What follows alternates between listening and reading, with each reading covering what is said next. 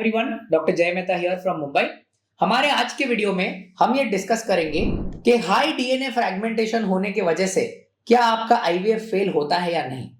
देखिए, जब कभी भी DNA fragmentation index more than 25% रहता है, हम उस चीज को हाई डीएफआई मतलब हाई डीएनए फ्रैगमेंटेशन बोलते हैं। ऑलराइट, आईवीएफ या इक्सी दोनों भी एक्चुअली दोनों असिस्टेड रिप्रोडक्टिव टेक्निक्स है। तो अगर आप हम आपको समझाए इसमें होता क्या है, तो मैं आपको एक एग्जाम्पल देता हूं। आईवीएफ क्या होता है ये आपने मेरे प्रीवियस वीडियोस में देखा है। ऐसा रहता है ह्यूमन बॉडी में फीमेल का एग, राइट। ये फीमेल के एग के अंदर प्रेजेंट रहता है न्यूक्लियस और फिर बहुत सारा साइटोप्लाज्म, रिपेयर मैकेनिज्म्स, बहुत सारे छोटे छोटे ऑर्गन्स प्रेजेंट रहते हैं इसके अंदर। मान के चलिए ये ह्यूमन एग है और ये है स्पर्म। स्पर्म तो आपको ऑलरेडी पता है, मैं आपको बहुत बार समझा चुका हूँ। एज अ फर्टिलिटी स्पेशलिस्ट मैंने बहुत सारे वीडियोस बनाए इस चीज पे। स्पर्म के हेड में रहता है न्यूक्लियस, ये हमको सबको पता है। और अगर न्यूक्लियस के डीएनए में डैमेज रहता है तभी जाके डीएनए फ्रैगमेंटेशन इंडेक्स हमको ज्यादा मिलता है। पर अब मान के चलिए कि ये स्पर्म का डीएनए फ्रैगमेंटेशन इंडेक्स ज्यादा है। मान के चलिए कोई एक ऐसा पेशेंट है जिसमें 35% है डीएनए फ्रैगमेंटेशन इंडेक्स, और ऐसा एक डिफेक्टिव स्पर्म जाके फर्टिलाइज हो गया ये एग के साथ। नेचर का मैकेनिज्म इतना सुपर्ब है कि अगर ये एग स्ट्रांग है, अगर मैं बोलूं स्ट्रांग, इसका मतलब ये नहीं कि उसमें बहुत ताकत है, इसका ये मतलब नहीं। स्ट्रांग एग मतलब ये स्पर्म का डीएनए जब अंदर आता है एग के, और मान के चलिए इसमें डैमेज है, तो ये एग वो कैपेसिटी रखता है कि इस चीज को रिपेयर कर सके। ऑलराइट, ये किस एग को हम स्ट्रांग एग बोलते हैं? स्पेशली यंग विमेन, ओके, जिनका उम्र 30 साल से कमती है, जिनका एएमएच का वैल्यू नॉर्मल है, ऑलराइट, मतलब 2.5 और 8.0 के बीच में, जिनका वेट लेस देन 80 केजीज है। ये सारे अगर आप में कोई क्राइटेरिया है फीमेल पार्टनर में, तो हम एक जजमेंट मार सकते हैं कि इनका एग शायद स्ट्रांग होगा।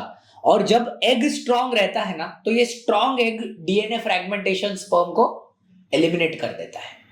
बट आईवीएफ में काफी बार ऐसा होता है कि ये स्पर्म के डीएनए डैमेज को एग रिपेयर अनफॉर्चुनेटली नहीं कर सकता। इसीलिए इन दोनों का जब यूनियन होता है और जो एम्ब्रियो बनता है, राइट, ये एम्ब्रियो बनता है पुअर क्वालिटी एम्ब्रियो। इसमें मेन दोष हस्बैंड का है, इसमें मेन दोष हस्बैंड के डीएनए फ्रैगमेंटेशन इंडेक्स का है। इस पुअर क्वालिटी ऑफ एम्ब्रियो के वजह से पेशेंट को होता है आईवीएफ फेलियर। ये समझना बहुत महत्वपूर्ण चीज है।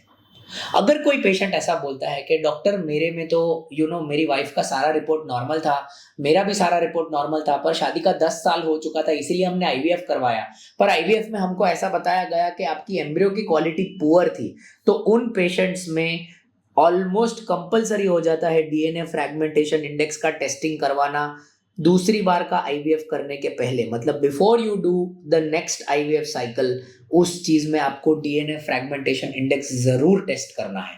ऑलराइट, ये एक बहुत इंपॉर्टेंट कारण भी है जिसके वजह से आईवीएफ फेल होता है। देखिए, काफी सेंटर्स में ऐसा होता है कि जब एम्ब्रियो बनते हैं तो या फिर वो एम्ब्रियो बनते हैं डे 3 एम्ब्रियो, या फिर वो एम्ब्रियो बनते हैं डे 5 एम्ब्रियो।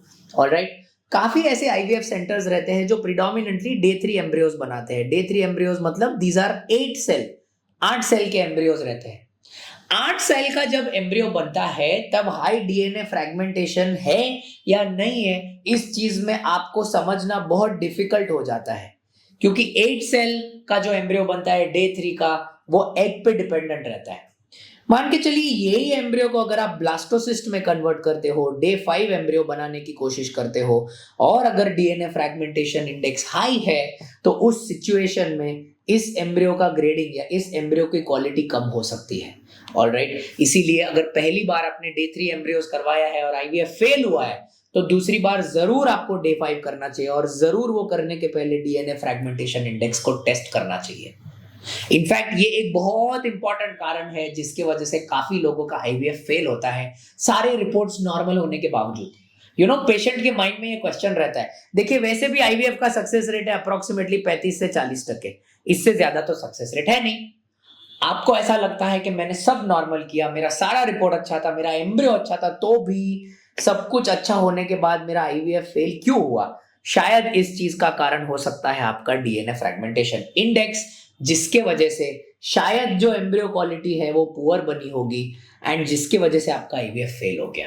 ऑलराइट, तो ये चीज आपको बहुत इंपॉर्टेंटली ध्यान में रखनी है। स्पेशली एक बार का आईवीएफ फेल होने के बाद में अगर कोई और फैक्टर नहीं है तो डीएनए फ्रेगमेंटेशन इंडेक्स टेस्ट करना चाहिए। और आप बिलीव नहीं करेंगे, इतना कॉमन रहता है कि डीएनए फ्रेगमेंटेशन का वैल्यू ज्यादा आता है, फिर हम बैठ के उसको करेक्ट करते हैं और फिर आईवीएफ करते हैं और फिर पेशेंट को 1 या 2 अटेम्प्ट में अच्छे आउटकम्स आते हैं। ऑलराइट, आई होप इस वीडियो का मैसेज आप सबको समझ में आया हो।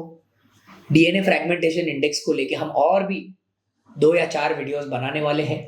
एनी फर्दर क्वेश्चंस आप हमारे कमेंट्स में डाल सकते हैं, मैं या मेरे कोई टीम मेंबर्स इस चीज पे आपको जरूर आंसर देंगे। Thank you so much.